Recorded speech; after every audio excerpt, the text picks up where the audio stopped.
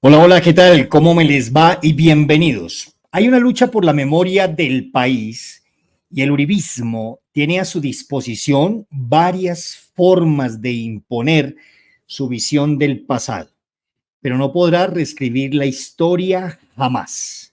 Personas como el señor acusado Álvaro Uribe Vélez, Iván Duque, Francisco Barbosa, el mismo general Zapateiro, Cabal, Paloma Valencia y entre otros, han manifestado su total desacuerdo con el Centro de Memoria Histórica, argumentando, ojo, que el conflicto armado en Colombia no es como los colombianos lo vivimos y lo sufrimos, hay que decirlo, y lo sufrimos, sino como a ellos y a su extrema derecha les conviene. Como para poner un ejemplo, hubo un video de la senadora María Fernanda Cabal donde salía diciendo que lo que había ocurrido con las bananeras en el año 1928 era un mito y también se atrevió a condenar al infierno a nuestro premio Nobel de Literatura, el señor Gabriel García Márquez. Fui a buscar el video, lo borraron. Pero después salió montando otro video diciendo que las redes estaban alborotadísimas, que porque ella había dicho que era un mito, pero que lo que realmente había sucedido es que era culpa del comunismo. Yo quiero por favor que observemos ese video. Que están alborotadas las redes sociales porque dije que no había existido el mito de las bananeras. Los invito a verse el debate completo de Partida W anoche, que estuvo muy bueno. Ya está en mi Twitter, está en Facebook, está en YouTube. Y me permito aclararles lo siguiente, además si lo escuchan completo lo comprenderán. Fue una confrontación armada. Por esos años, la Internacional Comunista había infiltrado el sindicato de trabajadores de la United Fruit Company. Esos trabajadores estaban armados. Hubo bajas, tanto de los trabajadores como del ejército. Si mal no recuerdo, creo que más del ejército.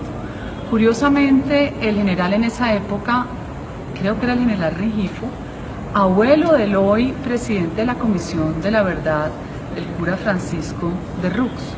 Entonces, se han inventado que fue una masacre. Gabriel García Márquez además le añadió la cifra de 3.000 trabajadores asesinados. Si ustedes hoy van al departamento del Magdalena e intentan tener 3.000 trabajadores para hacer cualquier tipo de trabajo agrícola, no lo van a conseguir. Ni en esa época, hace más de 80 años, ni hoy. Entonces así van creando una narrativa histórica mentirosa. Esa es la figura de inversión revolucionaria que utiliza el comunismo para inventarse a lo largo de la historia sucesos que no fueron como tal. Esa es la aclaración. Bueno, pues resulta que en el año 1928 el Ejército Nacional de Colombia abrió fuego contra cientos de trabajadores bananeros de la compañía United Fruit en Ciénaga, municipio del departamento del Magdalena, ¿no? Una huelga, perdónenme, que buscaba mejores condiciones laborales, donde el resultado fue una matanza contada años después por nuestro premio Nobel de Literatura Gabriel García Márquez en su libro Cien años de soledad. Entre rumores y exageraciones, aquellos hechos aún son recordados por pobladores y académicos. Las fotos que no alcanzamos a ver en la violencia física y la violencia archivística se van a revelar aquí en este documental de un señor que se llama Patrick Coleman, un documental que dura 52 minutos. Y he querido, porque este también es una de las labores del canal Cápsulas para la Memoria, para aquellas personas que no pueden ingresar a RTVC Play, que es una plataforma para observar películas y documentales, pues presto el canal, porque este documental lo tiene que ver cada y uno de los colombianos en este país, para que nos demos cuenta cómo fueron las cosas. Por aquí aparece la plataforma, yo la voy a ampliar y los quiero invitar, por favor, a que me acompañen a ver este documental tan importante, por favor.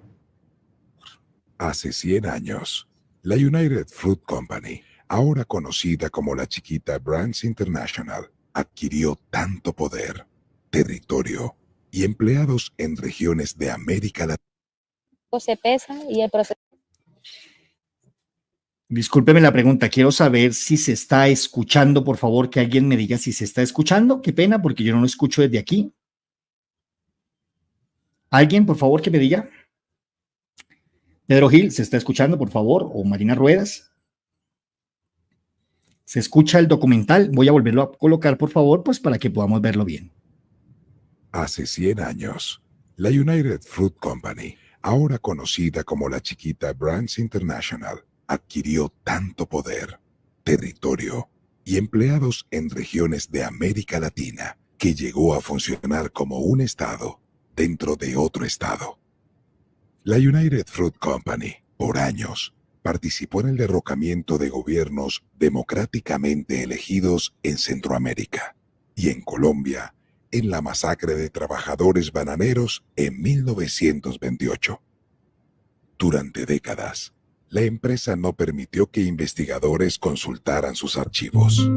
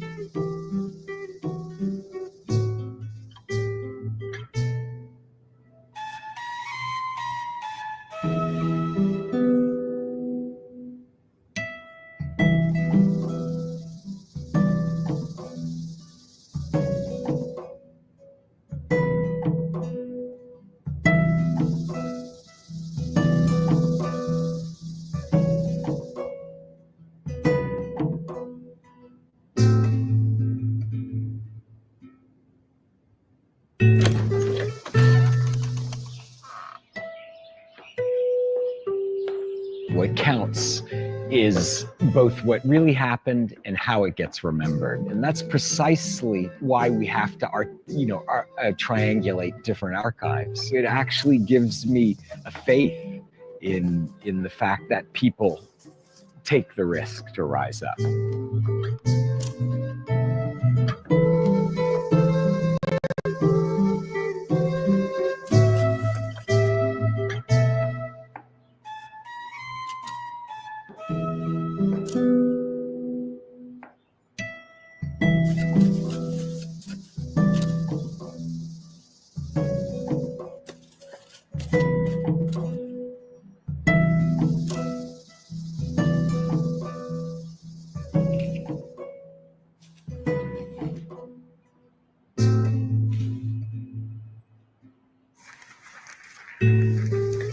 I was doing the fieldwork for my dissertation that then later came out as a book, Ethnicity at Work, Divided Labor on a Central American Banana Plantation.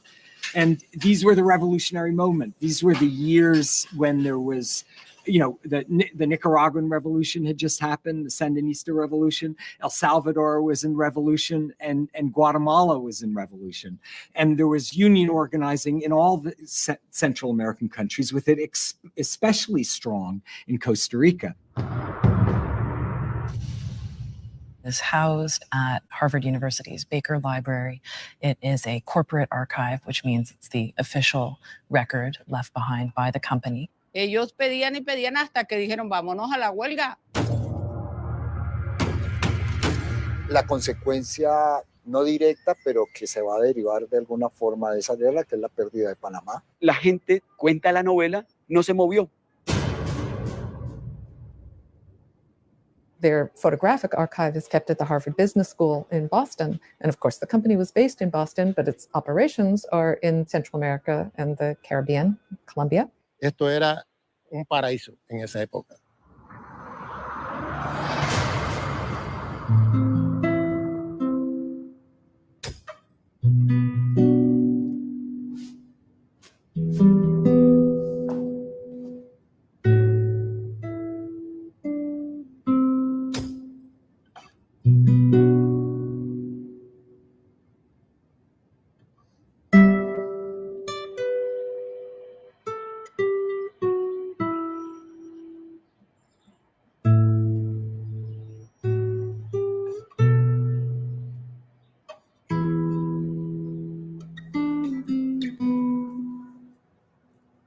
I was conducting oral history interviews on the Panamanian side of the plantation in Bocas del Toro. It was actually in Almirante, which was the port out of which they were actually shipping all the bananas that were being produced on the Costa Rican side of the banana plantation, as well as the Panamanian side.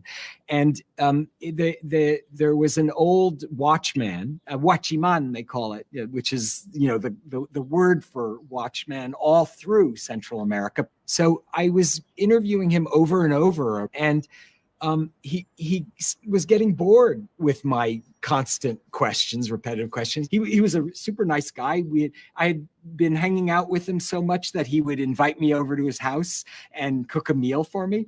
And he said, there's some old letters up there in the attic of the warehouse, because he was responsible for basically all the abandoned warehouses in Almirante.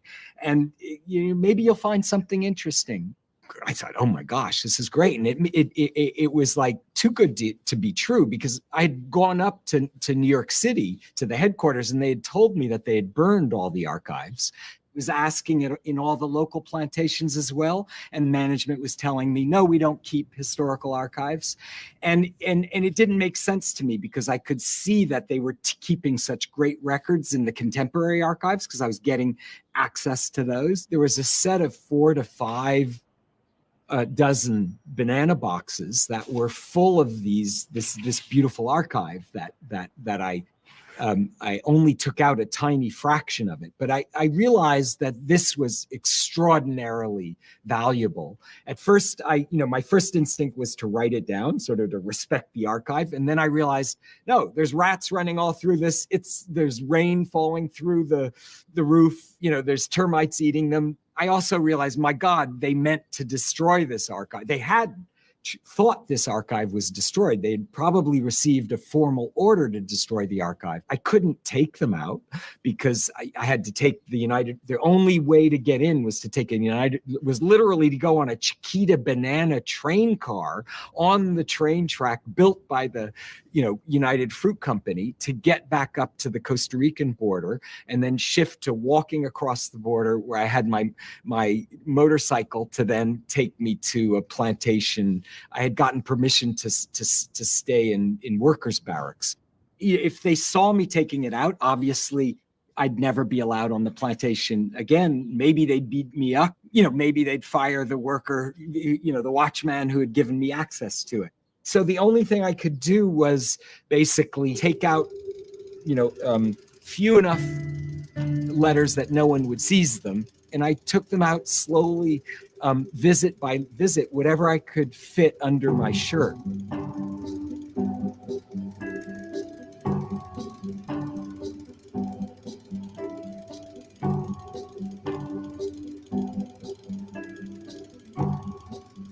Curiosamente, Maecha no ha recibido mucha atención biográfica y es un personaje clave, sobre todo en esos años. Pues parece que no era un intelectual, más bien tenía pues como algún manejo de imprenta. Dicen que andaba con una imprenta en la maleta, pues quién sabe cómo sería en esa época, debía ser bien grande. Parece que era un tipo muy hábil, mestizo él, creo que de origen tolimense, buen orador. Él cuenta, pues, de las pocas cosas que dejó testimonio, etcétera, que él hablaba con los obreros, con los campesinos, y les contaba cuentos de hadas y de aparecidos, y dice él, a él les iba metiendo el veneno. Pues bueno, la cosa un poco de que, sí, me imagino, los yanquis, el imperialismo, el capitalismo, cosas de esas. Mi nombre es Raúl Eduardo Maecha y nací en 1884. Me uní al ejército del gobierno conservador de Colombia y ascendí hasta el rango de capitán. Cuando Theodore Roosevelt recortó una parte de Colombia para asegurar los intereses de la consulta y del canal interoceánico, me encontraba en el recién creado Estado de Panamá. En 1917 fundé 2 periódicos, El Baluarte y El Luchador, que buscaban orientar a los trabajadores y proveer un espacio para que ellos pudieran declarar sus quejas. Estuve involucrado activamente en 3 de las huelgas más importantes de los años 20. Digamos que en huelgas en Colombia, desde una tal vez en el ferrocarril de Panamá del siglo XIX, algunas pocas artesanales en el siglo, finales del XIX, el motín de Bogotá en 1894, y ya, digamos, por decirlo así, el ciclo de huelgas va a comenzar es hacia 1910, aunque hay otros años antes, sobre todo en los puertos, Barranquilla, Santa Marta, Cartagena, ¿sí? Muy en torno a demandas de trabajadores portuarios. Hay un dato de la realidad, y es que en 1924 en la región hubo unas primeras huelgas de los trabajadores ferroviarios que permitió ser como un antecedente luego a la huelga de los jornaleros bananeros. Number 4, Maecha, was the brains of the entire outfit and is one of the most dangerous communistic. Look at that word that they use, communistic. It's like a word that doesn't even exist or wouldn't even be considered grammatical. A eso de 1924, los trabajadores de la estadounidense Tropical Oil Company se declararon en huelga. Unos meses después, el gobierno me arrestó, pues yo actuaba como vicepresidente del primer Congreso Socialista Colombiano. 3 años después, a comienzos de enero de 1927, los trabajadores de la Tropical Oil hicieron un listado de 6 exigencias y yo, como editor de un periódico en Barrancabermeja, ayudé a la gestión de los trabajadores petroleros en esta huelga. Raúl Maecha, he was the best known to everyone in Colombia. Pero el gobierno declaró estado de sitio y me arrestó y me deportó. En febrero de 1928, yo y otros 2 representantes del Partido Socialista Revolucionario, Ignacio Torres y María Cano, hicimos una gira de conferencias por toda la zona bananera.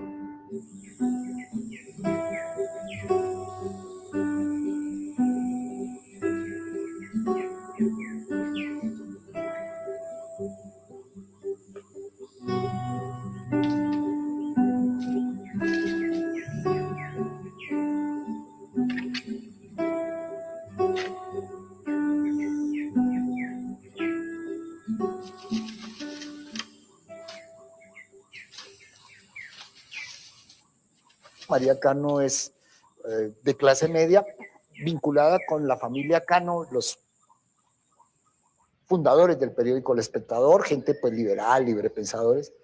Ella particularmente pues, no tenía mayor conciencia crítica, diríamos, desde sus orígenes, más bien lo que se le conoce es una poesía medio romántica, etcétera, pero la nombran Flor del Trabajo, que era una tradición que comienza a inventarse en los años 20 en los círculos obreros de las grandes ciudades.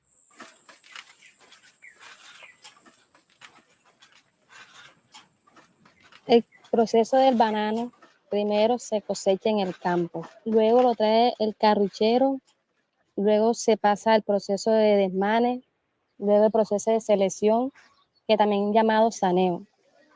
Luego se saca, luego se sella y luego se pesa y el proceso de empacado para exportar.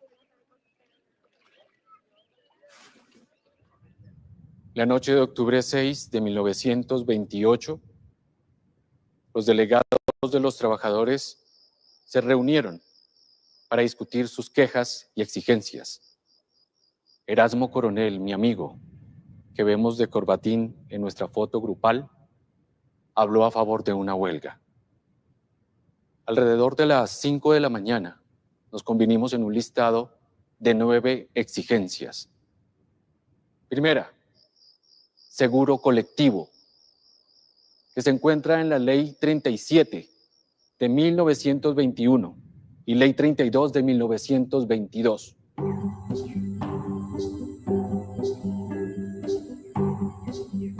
Segunda, indemnización por accidentes laborales.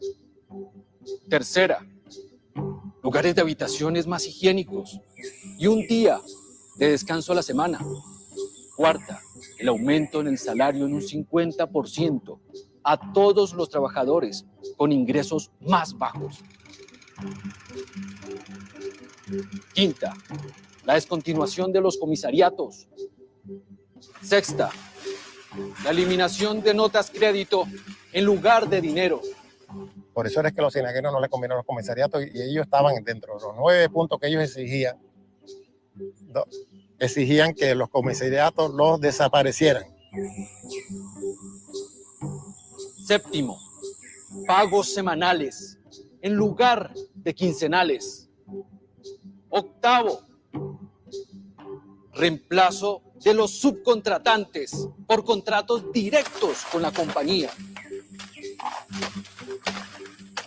No eran considerados trabajadores de la compañía, sino de terceros que contrataban con la compañía. La compañía decía, no, yo le pago a fulano de tal y ya, yo no tengo nada que ver. Y noveno, y no menos importante, el establecimiento de un número suficiente de hospitales y de sistemas sanitarios adecuados para todos los campamentos. O sea, es una huelga, ellos paran, y cuando hay un destacamento del ejército o algunos policías, menos, los policías eran mucho más locales y entonces casi no se metían con esto, lo que hacían los trabajadores era bloquear la vía en el tren que llegaba y bajaban a los soldados, les explicaban y muchas veces los soldados decían, bueno, listo, ¿sí? Entonces comenzaron a confraternizar, eso comenzó a preocupar mucho al gobierno. Cuando ellos se citan en la plaza de Ciénaga, pararon los trenes porque los ferrocarriles apoyaron la huelga de los trabajadores de las bananeras para que la fruta no llegara al puerto de Santa Marta. Entonces pararon los trenes. La mañana del 7 de octubre, los trabajadores nombraron a sus negociadores. Eran mis amigos, Erasmo Coronel, Nicanor Serrano y Pedro M. del Río. Ellos tres viajaron a Santa Marta para llevar las exigencias de los trabajadores. Pero el gerente general de la compañía, Tomás Brasá, se negó a atenderlos. Mientras tanto, empleando una máquina de impresión que trajimos a Ciénaga, Bernardino Guerrero y yo publicitamos el trabajo de todos los trabajadores, imprimiendo volantes y también el periódico Vanguardia.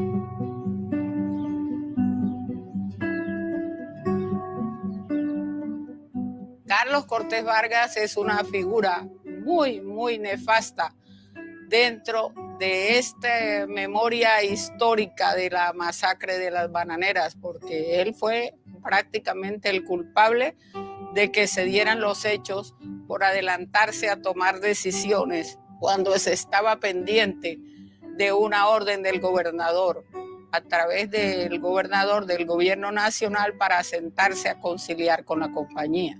Días antes el gobierno había sacado el decreto de que declaraba cuadrilla de malhechores a toda reunión de más de, creo que 5 o 10 trabajadores, y la orden ya a Cortés Vargas era, usted tiene que acabar esto. Carlos Cortés Vargas. Es una figura de la realidad, pero con este nombre real aparece en la obra de ficción, porque 100 años de soledad es una obra de ficción, que incorpora dentro de su mundo ficcional este evento de la realidad, de la historia de Colombia, de 1928. Soldados, somos hermanos de la misma patria. Ustedes deben defendernos de esta empresa que nos oprime y no atacarnos por defender a unos extranjeros.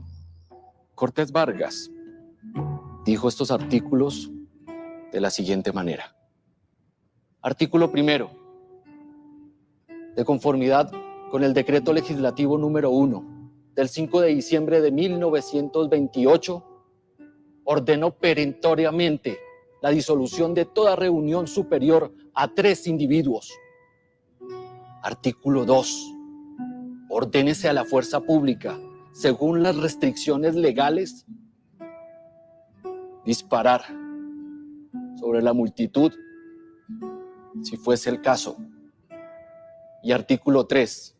Ninguna persona puede transitar después del toque de retreta. Les damos 5 minutos para que se retiren. La gente no se movió, dice la novela. Nadie se retiró. Último aviso, les damos el último minuto. En una descripción muy bella dice la novela que José Arcadio II nunca había levantado su voz. Nunca había levantado su voz en su vida. Y gritó por primera vez en su vida, levanta la voz y dice: cabrones, les regalamos el minuto que falta. Cuando se formó la cuestión que les dieron 5 minutos de plazo para que desistieran, ¿sí?, y se fueran, ellos pensaban de que estaba en broma.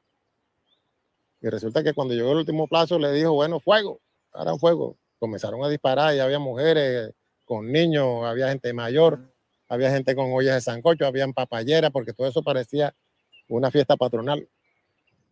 El general Cortés Vargas ordenó sonar la corneta para que sus tropas y sus soldados se pusieran en guardia. Y el capitán ordenó a la multitud: tienen 5 minutos para dispersarse. Los trabajadores seguían allí.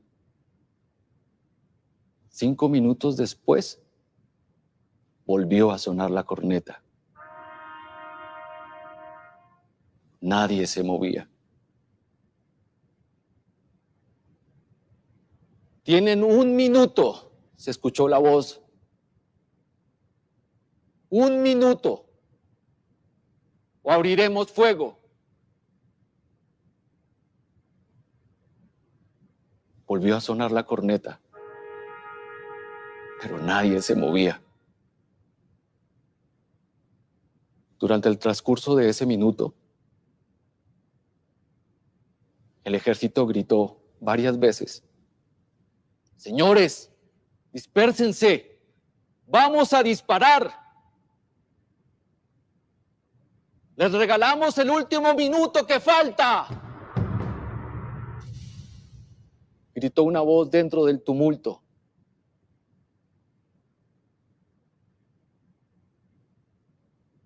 El último sonido de corneta rasgó los aires.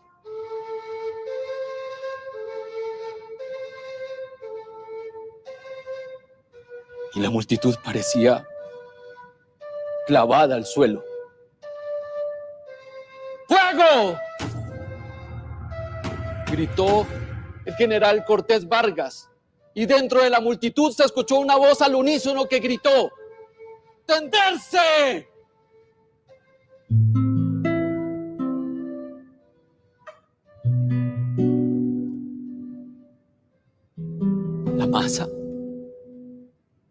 La masa cayó como un solo hombre. Y la ráfaga de la descarga ahogó el vocerío.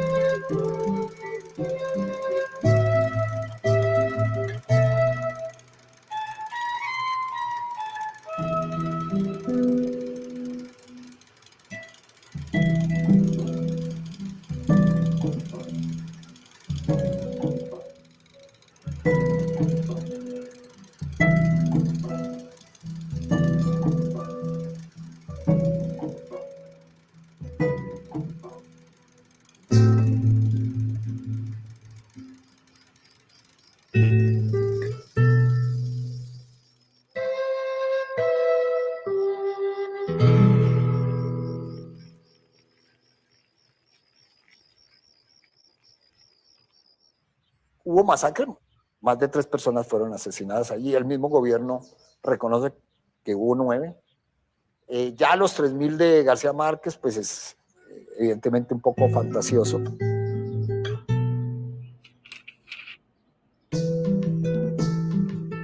Eran solo 9 puntos, decía él. ¿Qué costaba? Eran solo 9 puntos. Asesinaron un obrero por cada punto del pliego.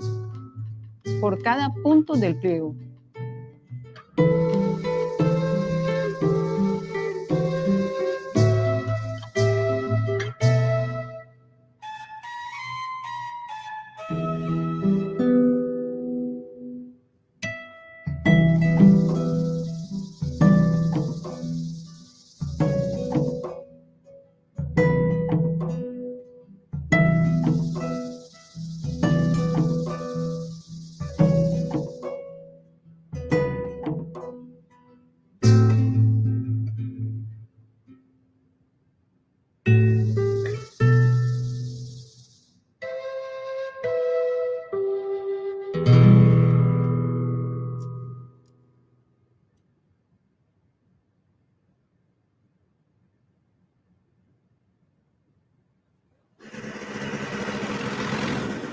Este cementerio es el cementerio San Rafael o cementerio de los pobres. 9 cadáveres, un muerto por cada punto del pliego. Por eso fue que los trajeron aquí, porque esto es un símbolo de esa lucha de la clase trabajadora.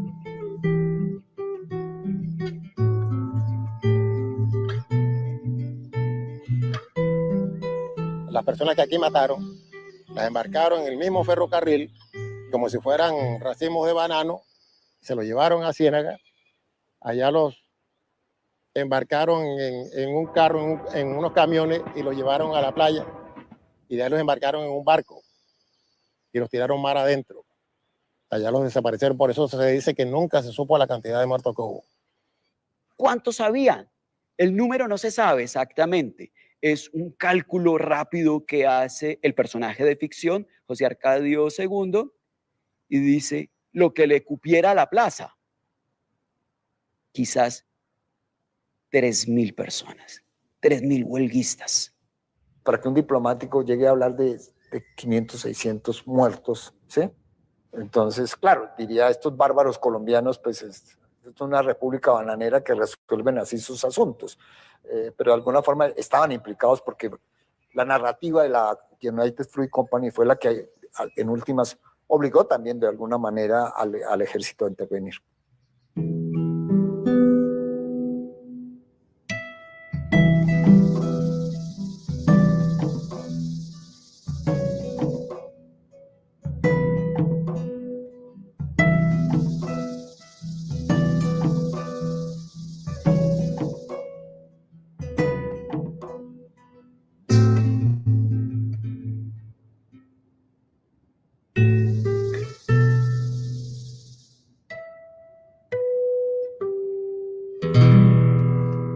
It's a collection of more than 10,000 images taken at various plantation and field sites all around the Caribbean, documenting the United Fruit Company's operations, its infrastructure, its canal and irrigation projects. It's a corporate archive that is the sort of official photographic record, the official visual record of the United Fruit Company's operations from the 1890s through the 1960s.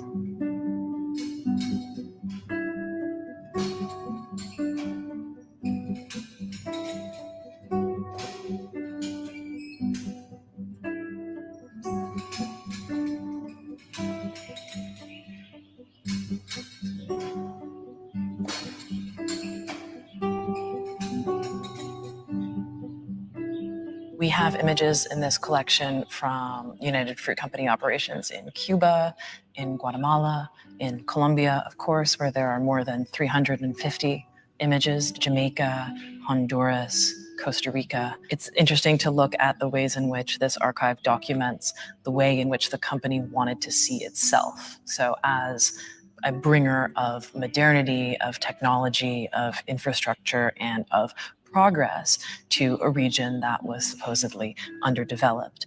And historians who have studied the effects of United Fruit Company operations in Latin America know that the story is much more complicated than that. Most of the photographs are of buildings and fields and machinery. There's very few photographs of people, especially of women and children. Close-up images of machines and canals being dug and cranes and other forms of technological mastery over the natural environment. And so we see that that's really the way that the company wanted to portray itself. What we don't see are a lot of images of workers, and what we don't see are instances of corporate violence against labor movements, against strikes, against other forms of worker activism on the plantations, which were constant throughout this time period and across all the different countries where the United Fruit Company operated.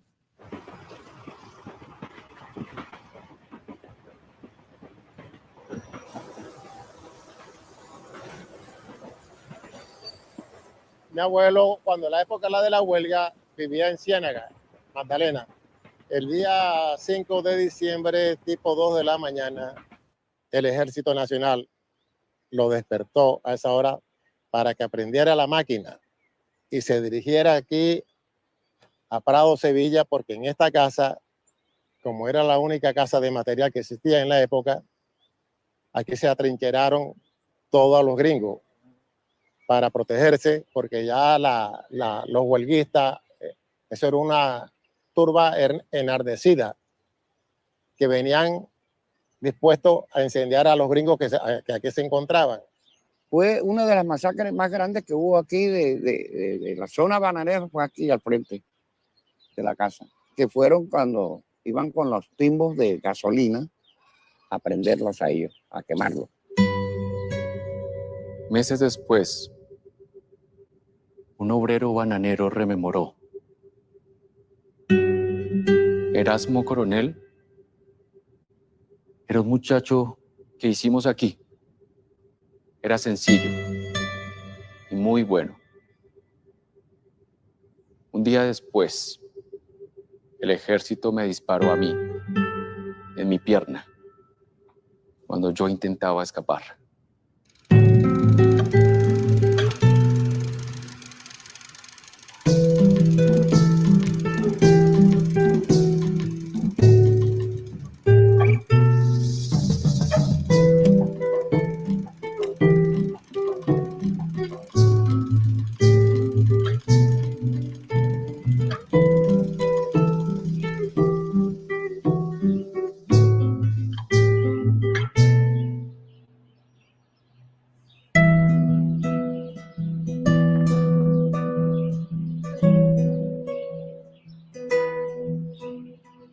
It's actually hard to even pick up these papers because this was just a carbon copy that they sent out to every single subsidiary. It's dated March 8, 1929, and this was the one that would have gone to Bocas del Toro. And its memorandum, the attached photograph, shows 5 of the principal leaders in the recent disturbances in the Colombian division. Their names are as follows. Number 1, And it's referencing this photo that was attached to it with a paperclip. Bernardino Guerrero. Number 2, Nicanor Serrano. Number 3, PM del Rio. Number 4, Raúl Eduardo Maecha. And then number 5, Erasmo Coronel. And there's a check mark on Bernardino Guerrero and a check mark on Erasmo Coronel. And that was because they successfully managed to have the local authorities put him in jail for 14 years at that time. So he was rotting in a Colombian jail for 14 years. And Erasmo Coronel had been shot down. And Maecha, he was shot in the leg. And actually, when you look more at the details, I only know this because of your work, Kevin, but he actually was shot, apparently, according to eyewitnesses, the next day. So they were out hunting for people. They had obviously given this photograph to the local authorities to know who to shoot during those massacres. Number 1 was secretary to Maecha, the leader, and is now serving a term of 14 years, 7 months in the federal penitentiary in Tunga. Number 5 was killed in the fighting at Sevilla. Numbers 2 and 3 were simple laborers and were practically only figureheads in the organization. Number 4, Maecha, was the brains of the entire outfit. He fomented the oil field strike in 1924, and last year was the leader of a bad strike in the coffee region in the interior. He came to Ciénaga about August of 1928 and immediately started fomenting the movement, which culminated in the disturbance of December 6th. That's what they call a massacre, the disturbance of December 6th. He is an ex-army captain, has a remarkable personality, and an undoubted genius for organization. At the time the strikers were fired on in Ciénaga, he fled, and it is known that he was wounded in one leg. Since then, he has disappeared completely, and it is now reported in the press that he has escaped to Costa Rica. So actually, he would have gone on through networks of union networks, probably onto a United Fruit Company plantation to hide with other union members.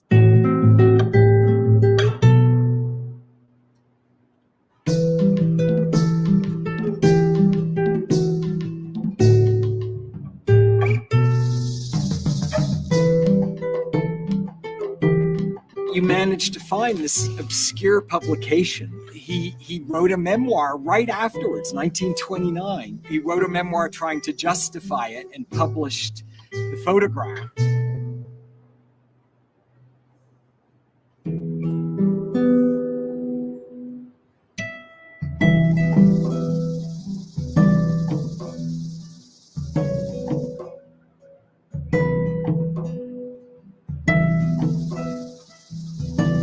So I imagine he had his own copy, and then the one that went to headquarters, they just sort of labeled it rationally from the first upper hand to the left, 1, 2, 3, 4, 5. So, whatever, Maecha is only number 4 in that. And then whereas Vargas, who's really figuring out who are the men, who are the ones that count, who do we really want to get? It would be number 1, Maecha, number 2, Erasmo, who they killed, and then he just went in normal order at the top.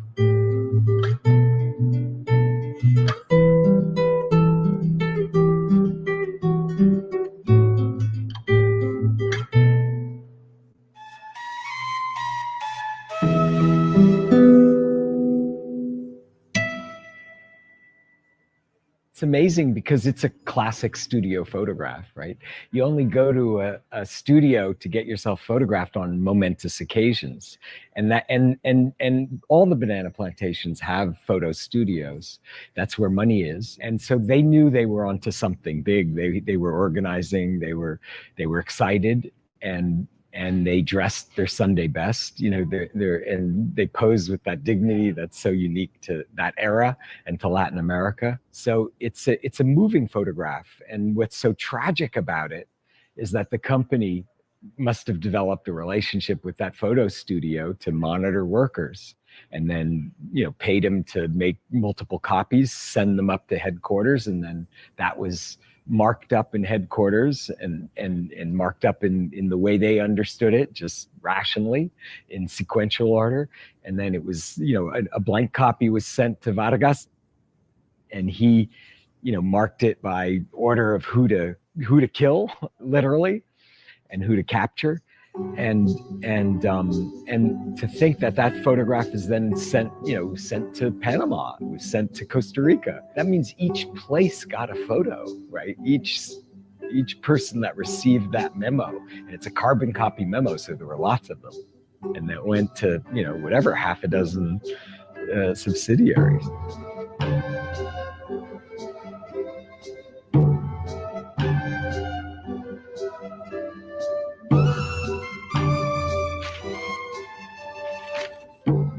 The workers had formed a committee to negotiate. They hadn't formed a committee to riot.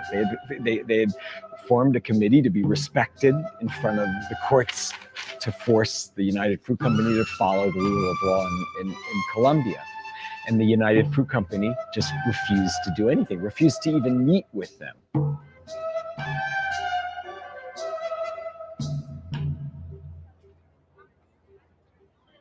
And when the donation of their papers was made, when the company closed, when you read their descriptions of strikes that happen at the plant, their views of the workers at the factory, their decisions about moving down south, they were quite open about things that I think if they were making the donation now, they might have taken some of those pieces out.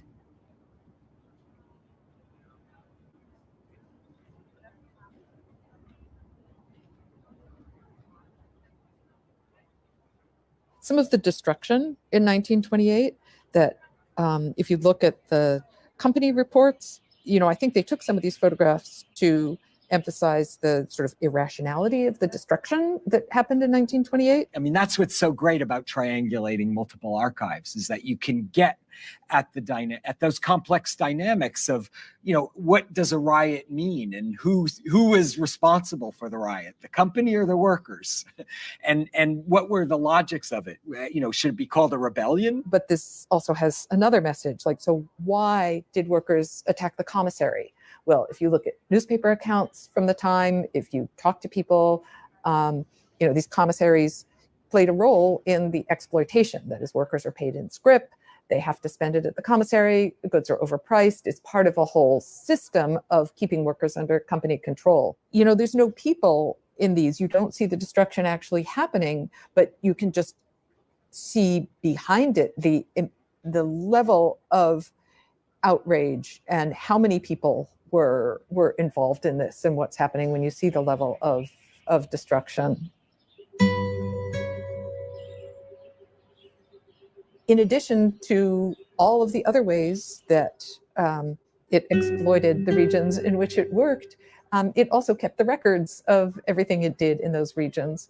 And this photographic archive really, as many Colombians have told me, belongs in Colombia. It's part of Colombia's history, and yet Colombians don't have access to it, which is just part of the larger imperial relationship. It became really important to me to be able to return some of them to Colombia. Taking people's history is also part of that, a stage of imperialism or an aspect of imperialism, being the ones to write the history, being the ones to have the access. What's there at the Baker Archive is really only available to people who, one, know it's there, have the means to find out that it's there, and two, have the means to get there.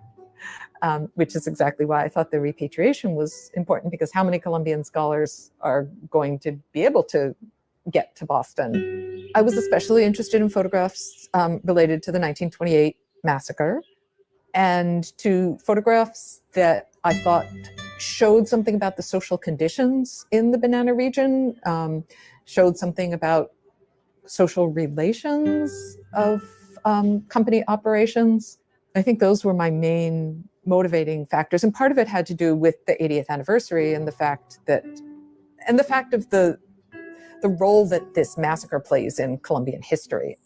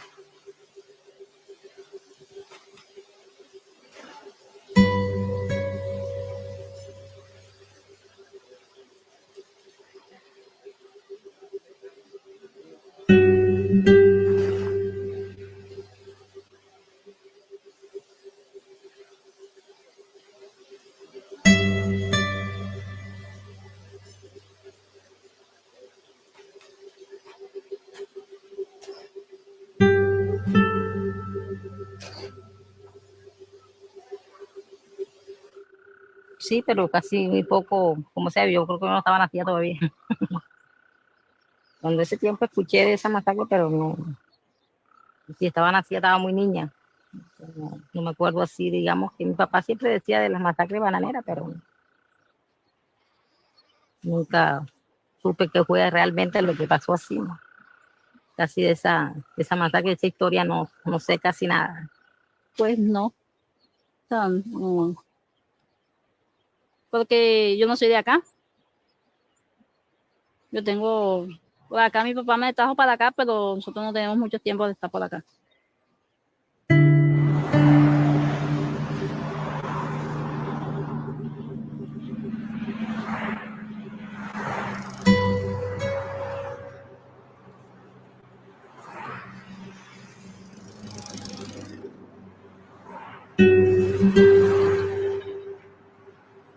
Aquí no se ha podido mantener como monumento la Plaza de los Mártires, que es como se llama, porque como se ve, el desorden impera y es difícil que las sociedades se reinventen cuando no conocen su historia.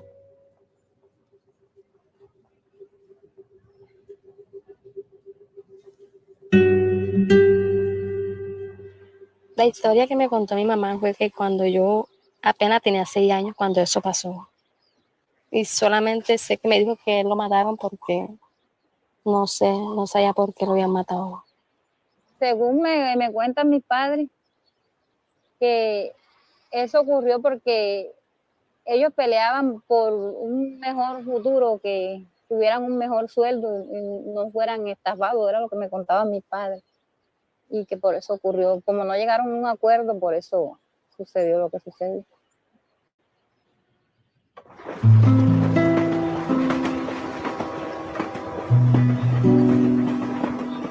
¿De dónde viene el silencio?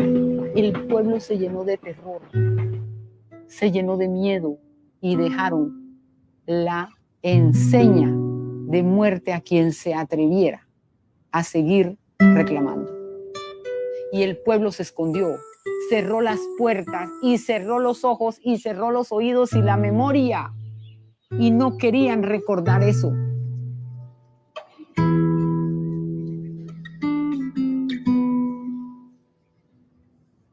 Nueve exigencias y 9 cadáveres. Un movimiento masivo, pero sin fotos, que hubieran permitido a las masas ver imágenes de sí mismos actuando concertadamente. Destellos de ametralladora. Recuerdos de una masacre inscrita sobre cuerpos y mentes, pero no en el papel fotográfico. Una fotografía con números escritos sobre ella y un memorándum que se lee como una lista de blancos. Cuerpos desaparecidos, bajo la cubierta de la oscuridad. Archivos con miles de fotos, pero ninguna de la huelga. Estos son los mecanismos con los que la violencia soberana constituyó un campo de visión. Lo que no podemos ver en el registro documental y fotográfico, no podemos usarlo para generar conocimiento del pasado. La violencia del 6 de diciembre de 1928 revirtió la huelga y restableció el control del gobierno colombiano sobre esta región. La violencia legisladora del 6 de diciembre fue entonces encubierta. Los cuerpos fueron enterrados en fosas comunes y cientos de personas nunca más fueron vistas de nuevo. En los archivos, la violencia de esa noche se transforma en una violencia preservadora de la ley. Los archivos oficiales contienen nada o casi nada sobre esta masacre. Los archivos privados, que podrían contener registros de esta violencia neocolonial, permanecen fuera del acceso de todos los investigadores. Tal vez podamos comenzar a restaurar la potencialidad del archivo y la contingencia de la historia, imaginando fotos que podrían haber sido tomadas y reconstruyendo la historia de la masacre de Ciénaga a partir de las pocas fotos que sí tenemos. Deteniendo estas imágenes del pasado en un vuelo efímero, quizá lo logremos. Y logremos hacer historia radical de un momento en el que la soberanía y la exigencia de reconocimiento estuvieron realmente en juego en la Colombia de comienzos del siglo XX.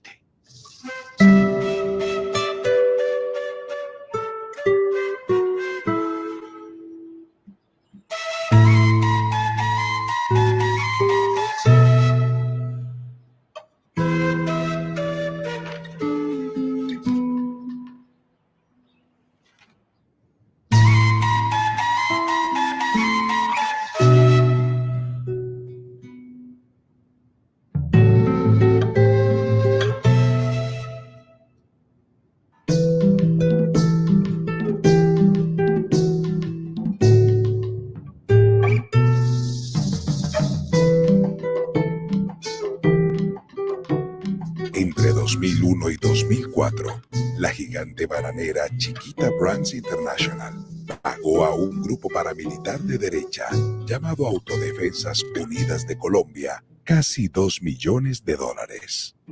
En 2024, un jurado de Estados Unidos los halló culpables y determinó que los dineros entregados eran utilizados por los paramilitares para secuestrar, torturar y matar. El Tribunal de los Estados Unidos ordenó a Chiquita Brands International pagar la suma de $38 millones por daños y perjuicios a las familias de 8 colombianos asesinados por las Autodefensas Unidas de Colombia.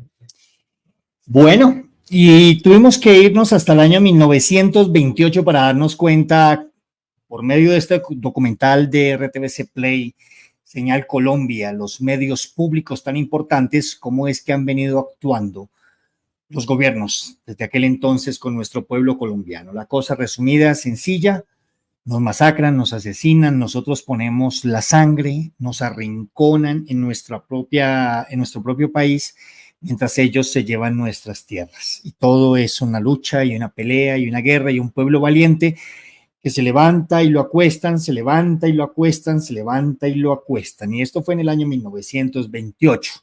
Valdría muchísimo la pena que reviviéramos, para no ir tan lejos, lo que sucedió en el estallido social aquí en Colombia. Esto no tiene ninguna cordura. Y así vienen actuando y aún quieren seguir en el poder. Por eso es que la extrema derecha jamás al gobierno y que nos devuelvan el poder. Los colombianos estamos mamados y cansados de esta serie de cosas en Colombia. Por eso, en miras al 2026 y que el progresismo aquí en Colombia continúe porque no podemos seguir permitiendo todo lo que se viene desarrollando en la historia de Colombia. Y como decían bastantes, ojalá regrese y bien a fondo la historia como materia, tanto en las escuelas, tanto en los colegios como en las universidades, y a fondo para que nos demos cuenta cómo son las vueltas en este país. Este era el video, espero les haya gustado. Bueno, traté de hacer lo mejor posible pues para que este documental llegara a ustedes. 3 favores. 1, por favor denle manito arriba, suscríbanse al canal. 2, y compártanlo para que este documental, si cada uno de ustedes se lo comparte a 5 personas, esto se va a desplegar y vamos a abrir los ojos un poquitico más, día tras día, que es el objetivo de los medios que no hacemos parte de estas empresas y estos medios independientes, que la única finalidad que tenemos es tratar de dar una visión o una cosmovisión un poco diferente de lo que nos cuentan los otros medios de opresión aquí en Colombia.